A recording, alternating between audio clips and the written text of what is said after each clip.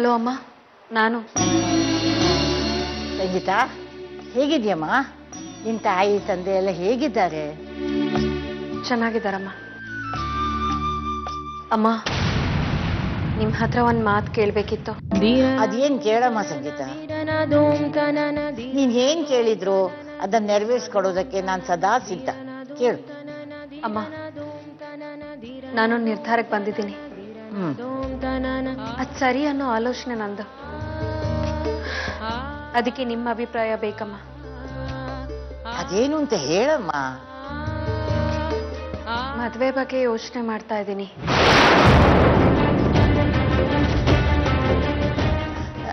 ಏನ್ ಹೇಳ್ತಿದ್ಯಾ ಸಂಗೀತ? ಈ ಪರಿಸ್ಥಿತಿಯಲ್ಲಿ ಮದುವೆ ಬಗ್ಗೆ ಯೋಚನೆನಾ? ತಪ್ಪು ತಿಳ್ಕೊಬೇಡಿಮ್ಮ, ನಾನು ನನ್ನ ಮದುವೆ ಬಗ್ಗೆ ಮಾತಾಡ್ತಿಲ್ಲ. ನನ್ನ ತಂಗಿ ಸಿತಾರಾ ಮದುವೆ ಬಗ್ಗೆ ಹೇಳ್ತಾ ಇದ್ದೀನಿ. ಅದಕ್ಕಾದ್ರೂ ಯಾಕೆ ಇಷ್ಟೊಂದು ಅರ್ಜೆಂಟು? ನಿಧಾನವಾಗಿ ಆಗ್ಲಿ ಬಿಡು, ನಾವೆಲ್ಲ ಇದ್ದೀವಿ.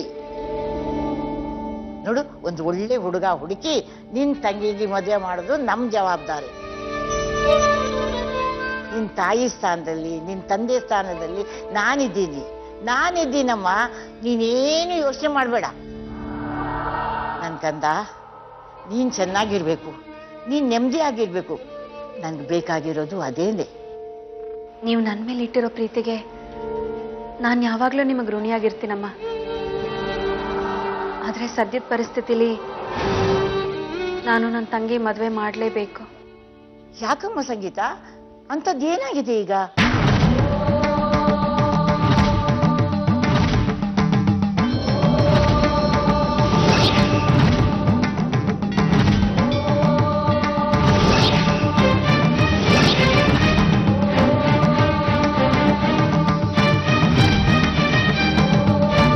ನನ್ನ ತಂಗಿ ಸಿತಾರನ್ನ ನಿಮ್ಮ ಸೊಸೆ ಮಾಡ್ಕೊಳ್ಳಿ.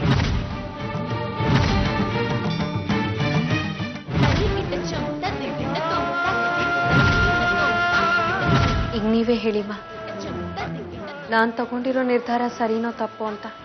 ಆ ಮನೆ ಹಿರಿಮಗಳಾಗಿ ನೀನು ತಗೊಂಡ ನಿರ್ಧಾರ ಖಂಡಿತ ಸರಿಯಾಗಿದೆ ಸಂಗೀತ. ನಾವು ನಮಗಾಗಿ ಬದುಕಬಾರ್ದು, ನಮ್ಮವರಿಗಾಗಿ ಬದುಕಬೇಕು. ಅದೇ ಸಾರ್ಥಕವಾದ ಜೀವನ. ಈಗ ನನ್ನ ಮನ್ಸಿಗೆ ಸಮಾಧಾನ ಆಯ್ತಮ್ಮ. ಇನ್ಮೇಲೆ ನಾನು ಧೈರ್ಯವಾಗಿ ಮುಂದುವರಿತೀನಿ. ನೀನೇನೇ ಮಾಡಿದ್ರು ನಿನಗೆ ಒಳ್ಳೇದಾಗ್ಲಿ ಅಂತ ಬಯಸುವವಳು ನಾನು. ನಿನ್ಗೇನೇ ಸಹಾಯ ಬೇಕಿದ್ರು ನಿಸ್ಸಂಕೋಚವಾಗಿ ಕೇಳು, ಆಯ್ತಾ? ಆಯ್ತಮ್ಮ. ನಿನ್ಗೆ ಒಳ್ಳೇದಾಗ್ಲಿ ಸಂಗೀತ. ಆ ಪರಮಾತ್ಮನ ನಿರ್ಧಾರ ಬದಲಾಯಿಸೋದಕ್ಕೆ ಯಾರಿಂದಲೂ ಸಾಧ್ಯ ಇಲ್ಲ.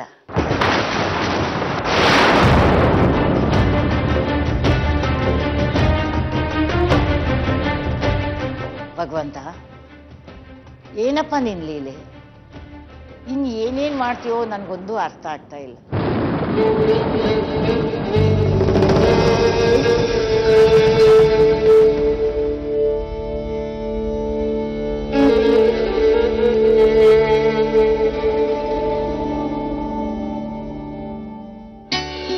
ಹಲೋ, ಇದ್ದಾರೆ?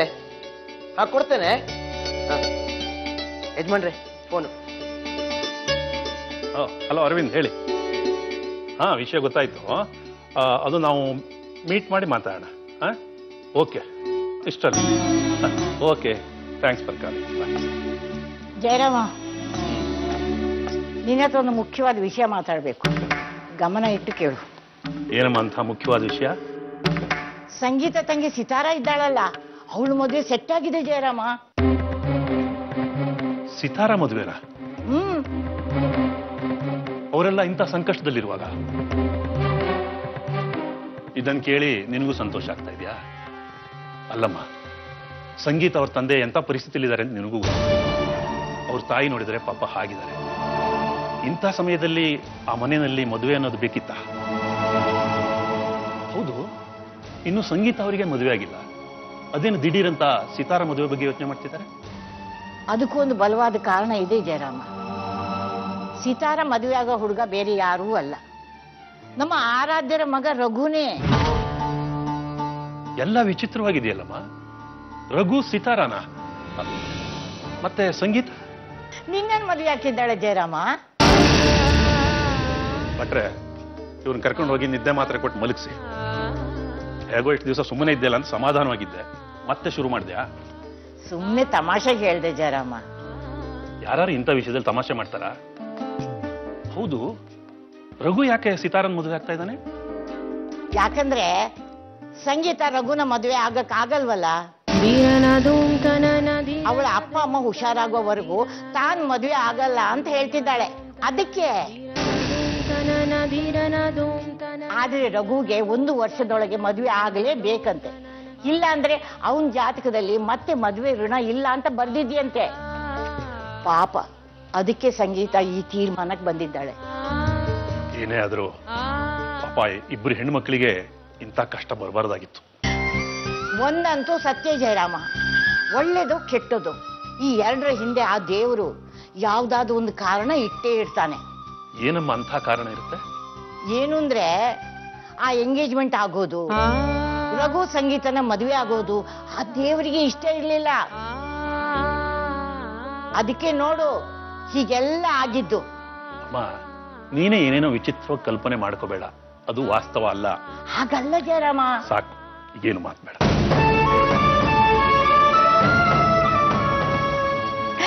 ಅಯ್ಯೋ ನನ್ ಮಗನೇ, ನಾನ್ ನಿನ್ನ ಅಮ್ಮ ಕಣೋ. ನಿನಗಿಂತ ಜೀವನದಲ್ಲಿ ಅನುಭವ ಜಾಸ್ತಿ. ಸಂಗೀತನ್ ಮದುವೆ ನಿನ್ ಜೊತೆಲಿ ಹಾಗೆ ಆಗತ್ತೆ, ನೋಡ್ತಾ ಇರು.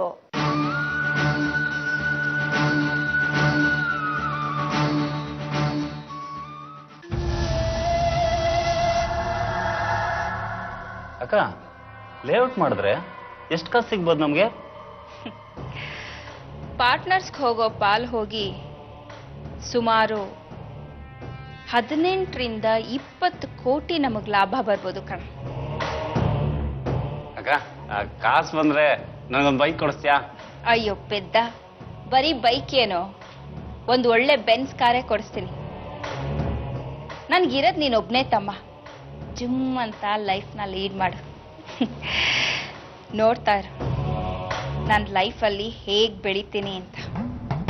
ಬರೋ 20 ಕೋಟಿನ 100 ಕೋಟಿ ಮಾಡ್ತೀನಿ. 100 ಕೋಟಿನಾ? ಹೇಗಕ್ಕ ಅದು? ಕೋಟಿ ಮಾಡಬೇಕು ಅಂದ್ರೆ ಕೆಲವು ಜನಗಳನ್ನ ಕೋತಿ ಮಾಡಬೇಕು ಕಣೋ, ಅಷ್ಟೇ. ಹೇಗ್ ಮಾಡ್ತೀವಿ ಅನ್ನೋದು ಮುಖ್ಯ ಅಲ್ಲ ರಾಕಿ, ಎಷ್ಟು ಮಾಡ್ತೀವಿ ಅನ್ನೋದು ಮುಖ್ಯ. ನಾನು ಜೀವನದಲ್ಲಿ ಹೀಗೆ ಬಾಳ್ಬೇಕು ಅನ್ಕೊಂಡಿದ್ದೀನಿ, ಹಾಗೆ ಬದುಕ್ತೀನಿ.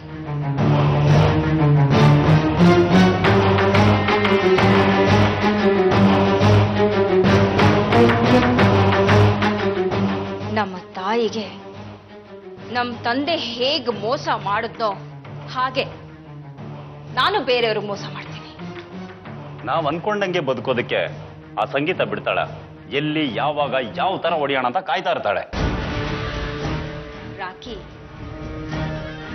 ನಂದಕುಮಾರಿಂದ ಬಂದಿರೋ ಪೇಪರ್ಸ್ ಎಲ್ಲ ನಮ್ಗೆ ಕಾನೂನಿನ ಪ್ರಕಾರನೇ ಇದೆ ಕಣೋ.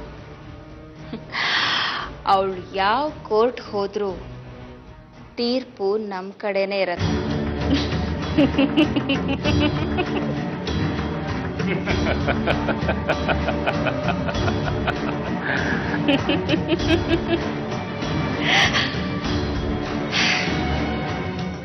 ಅವಳಿರೋ ಮನೆ ನನ್ನ ಹೆಸರಿಗೆ ಬರ್ಸ್ಕೊಂಡಿದ್ದೀನಿ ಅಂತ ಅವಳಿಗೆ ಇನ್ನೂ ಗೊತ್ತಿಲ್ಲ.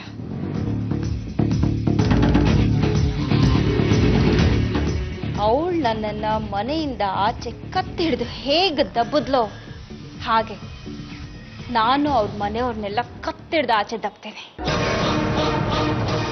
ರಾಕಿ, ಅವಳೀಗ ಆಟಕ್ಕುಂಟು ಲೆಕ್ಕಕ್ಕಿಲ್ಲ. ಅವಳ ಹತ್ರ ನಯ ಪೈಸನೂ ಇಲ್ಲ ಕಣೋ. ಪಾಪ, ಅವಳಿಗೆ ಸಪೋರ್ಟ್ ಮಾಡೋರು ಯಾರೂ ಇಲ್ಲ. ಅಪ್ಪ ನೋಡಿದ್ರೆ ಹಾಗೆ, ಅಮ್ಮ ನೋಡಿದ್ರೆ ಹೀಗೆ. ಅವಳ ಆಟ ನಮ್ಮ ಹತ್ರ ಏನೂ ನಡೆಯಲ್ಲ. ಹಾಗಾದ್ರೆ ನಮ್ಮ ಓಟಕ್ಕೆ ಅಡ್ಡಿ ಇಲ್ಲ ಅನ್ನೋ? ಖಂಡಿತ ಇಲ್ಲ. ಇನ್ಸ್ಪೆಕ್ಟರ್ ಕತೆ? ರಾಕಿ, ರೂಲ್ಸ್ ಪ್ರಕಾರ ನಾವು ಸರಿಯಾಗಿರೋವಾಗ ಪಾಪ ಅವ್ರೇನ್ ಮಾಡ್ತಾರೆ. ನೀನ್ ಸುಮ್ನೆ ತಲೆ ಕೆಡ್ಸ್ಕೋಬೇಡ, ನಡಿ ಊಟ ಮಾಡ.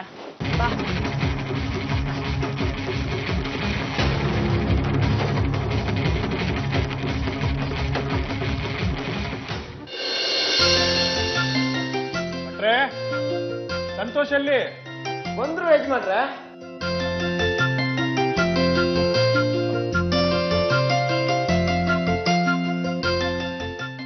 ಬೇಡಮ್ಮ, ಸಂತೋಷ್ ಬಂದಾಯ್ತು.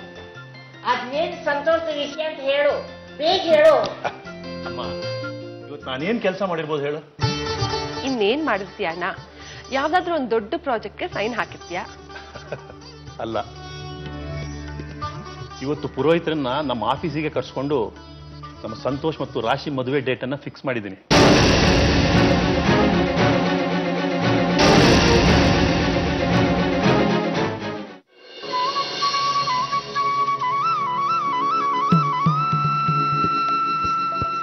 ಮದುವೆ ಮುಂದಿನ ತಿಂಗಳು 5 ಮತ್ತು 6ನೇ ತಾರೀಕು.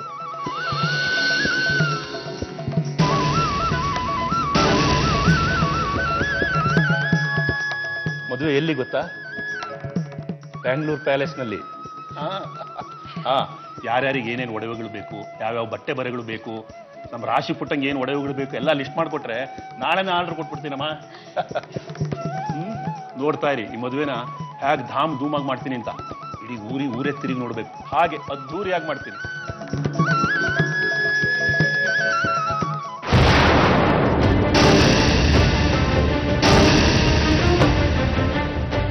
ಮದುವೆ ಅರೇಂಜ್ಮೆಂಟ್ಸ್ಗೆ ತಲೆ ಕೆಡ್ಸ್ಕೊಳ್ಳೋದೇ ಬೇಡ. ಆಫೀಸ್ ಸ್ಟಾಫ್ ಅನ್ನು ಕರೆಸ್ಬಿಟ್ಟು ಎಲ್ಲ ಇನ್ಸ್ಟ್ರಕ್ಷನ್ ಕೊಟ್ಟಿದ್ದೀನಿ, ಅವರೇ ಎಲ್ಲ ನೋಡ್ಕೋತಾರೆ. ನಾವು ತಲೆ ಕೆಡ್ಸ್ಕೊಳ್ಳೋದೇ ಬೇಕಾಗಿಲ್ಲ.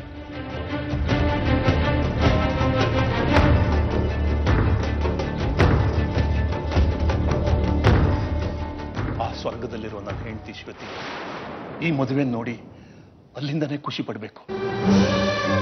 ನೀವಿಬ್ರು 100 ಕಾಲ ಸಂತೋಷವಾಗಿ ಬಾಳಿ ಅಂತ ಅಲ್ಲಿಂದನೇ ಆಶೀರ್ವಾದ ಮಾಡಬೇಕು.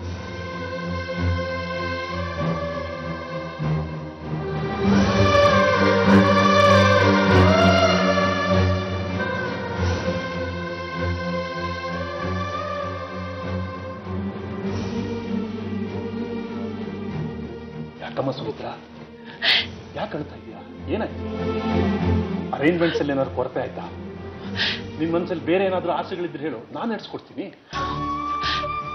ಅಣ್ಣ, ನಿನ್ ಪ್ರೀತಿ ಮುಂದೆ ಈ ಜಗತ್ತಲ್ಲಿ ನನಗ್ ಬೇರೆ ಏನು ಇಲ್ಲ ಅಣ್ಣ.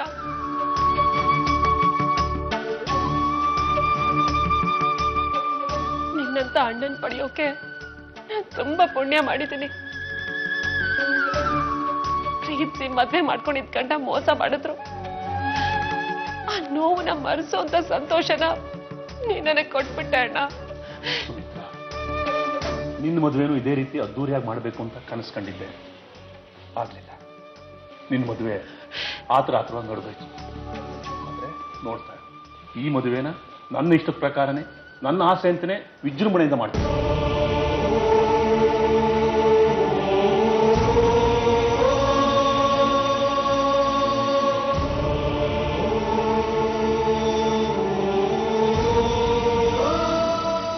ದಯವಿಟ್ಟು ಕ್ಷಮಿಸ್ಬಿಡಿ ಡ್ಯಾಡಿ. ನನ್ನಿಂದ ಒಂದು ಹುಡುಗಿಗೆ ಮೋಸ ಆಗಬಾರ್ದು ಅಂತ ನಾನು ನಿಮಗೆ ದ್ರೋಹ ಬಗೆದ್ಬಿಟ್ಟೆ.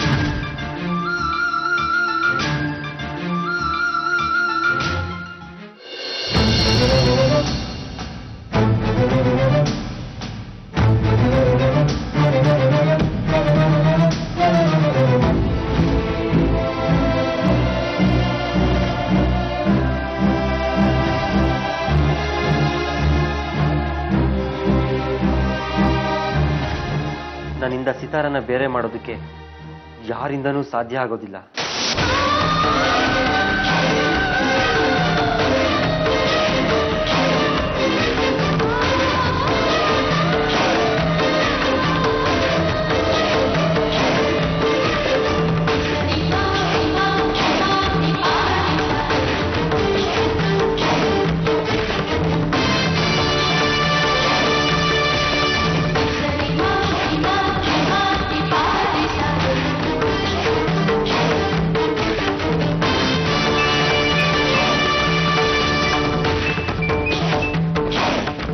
ಹೇಳು ಸಂತೋಷ್.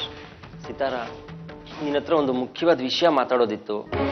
ನಾಳೆ ಬೆಳಗ್ಗೆ ವೀರಭದ್ರ ಸ್ವಾಮಿ ದೇವಸ್ಥಾನದ ಹತ್ರ ಬರ್ತೀಯಾ? ನನ್ನ ಪರಿಸ್ಥಿತಿ ನಿಂಗೆ ಗೊತ್ತಲ್ಲ ಸಂತೋಷ್. ಪ್ಲೀಸ್, ಇಲ್ಲ ಅನ್ಬೇಡ ಸಿತಾರ. ನೀನು ನಾಳೆ ನನಗೋಸ್ಕರ ಟೈಮ್ ಮಾಡ್ಕೊಂಡು ಬರಲೇಬೇಕು. ಅದೇನು ಅಂತ ಫೋನಲ್ಲೇ ಹೇಳು ಸಂತೋಷ್. ಫೋನಲ್ಲಿ ಹೇಳುವಂಥ ವಿಚಾರ ಅಲ್ಲ. ನಾಳೆ 10 ಗಂಟೆಗೆ ನೀನು ಬರಲೇಬೇಕು. ನಾನು ನಿನಗೋಸ್ಕರ ಕಾಯ್ತಾ ಇರ್ತೀನಿ. ಸರಿ, ಬರ್ತೀನಿ. ಓಕೆ ಸಿತಾರ, ಬಾಯ್. ಬಾಯ್.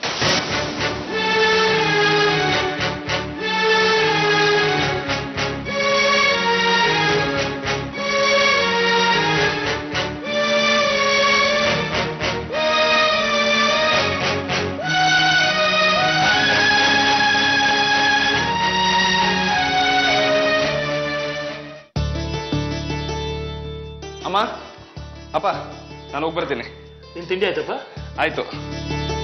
ಅಮ್ಮ, ನಾನು ಬರ್ತೀನಿ. ಎಲ್ಲಿಗೆ ಹೊರಟಿಯಪ್ಪ? ಸಂಗೀತ ಬಾ ಅಂತ ಫೋನ್ ಮಾಡಿಲ್ಲಲ್ಲ, ಅದಕ್ಕೆ ಹೋಗ್ತಾ ಇದ್ದೀನಿ. ಸರಿ, ನಾನು ಬರ್ತೀನಿ. ಒಂದ್ ನಿಮಿಷ ಇರೋ. ಸಂಗೀತ ನಿನಗೆ ಬರಕ್ ಹೇಳಿದಾಳೆ ಅಂದ್ಮೇಲೆ ಯಾವುದೋ ಮುಖ್ಯವಾದ ವಿಷಯನೇ ಇರಬೇಕು ಅನ್ಸುತ್ತೆ.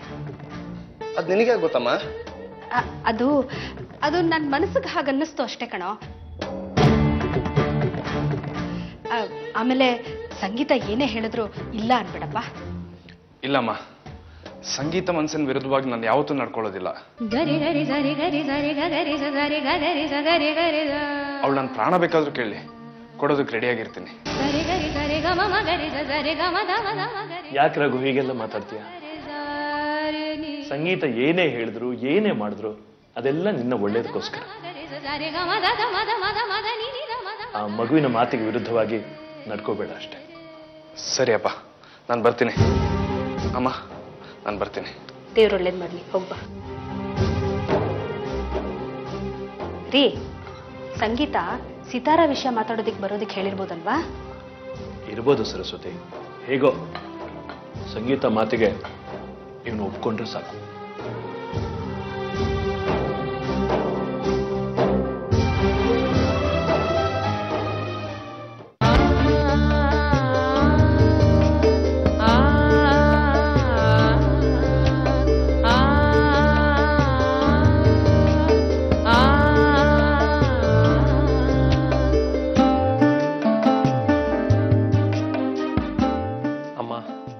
ನನಗೆ ಆಶೀರ್ವಾದ ಮಾಡಮ್ಮ. ಇವತ್ತು ನನ್ನ ಜೀವನದಲ್ಲಿ ತುಂಬಾ ಮುಖ್ಯವಾದ ದಿನ. ನನಗೆ ನಿನ್ನ ಆಶೀರ್ವಾದ ಬೇಕಮ್ಮ.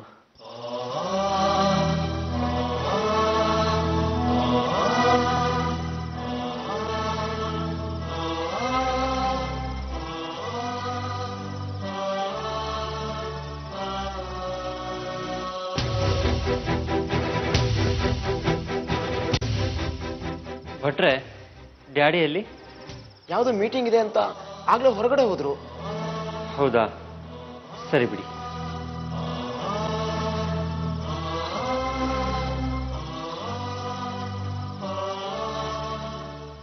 ಅಜ್ಜಿ, ನನ್ಗೆ ಆಶೀರ್ವಾದ ಮಾಡಜ್ಜಿ. 100 ಕಾಲ ಚೆನ್ನಾಗಿ ಬಾಳು ಮೊಮ್ಮಗನೆ. ಏನಿವತ್ತಂತ ವಿಶೇಷ? ನನ್ನ ಹತ್ರ ಆಶೀರ್ವಾದ ತಗೋತಾ ಇದೆಯಲ್ಲ? ಯಾವುದೋ ಒಂದು ಮುಖ್ಯವಾದ ಕೆಲಸದ ಮೇಲೆ ಹೋಗ್ತಾ ಇದ್ದೆ ಅಜ್ಜಿ, ಅದಕ್ಕೆ ನಿನ್ನ ಆಶೀರ್ವಾದ ತಗೊಂಡೆ. ನಿನ್ ಕೆಲಸ ಯಶಸ್ವಿ ಆಗುತ್ತೆ ಸಂತು, ಏನು ಯೋಚನೆ ಮಾಡಬೇಡ. ಹೋಗ್ಬಿಟ್ ಬಾ. ನನಗೀಗ ಧೈರ್ಯ ಬಂತು ಅಜ್ಜಿ. ಹೋಗ್ಬಿಟ್ಟು ಬರ್ಲಾ? ಸರಿ, ಹೋಗ್ಬಿಟ್ ಬಾ. ಬಂಗಾರಿ. ಬರ್ತೀನಿ ಅಜ್ಜಿ. ಸರಿ. ಧೀರನ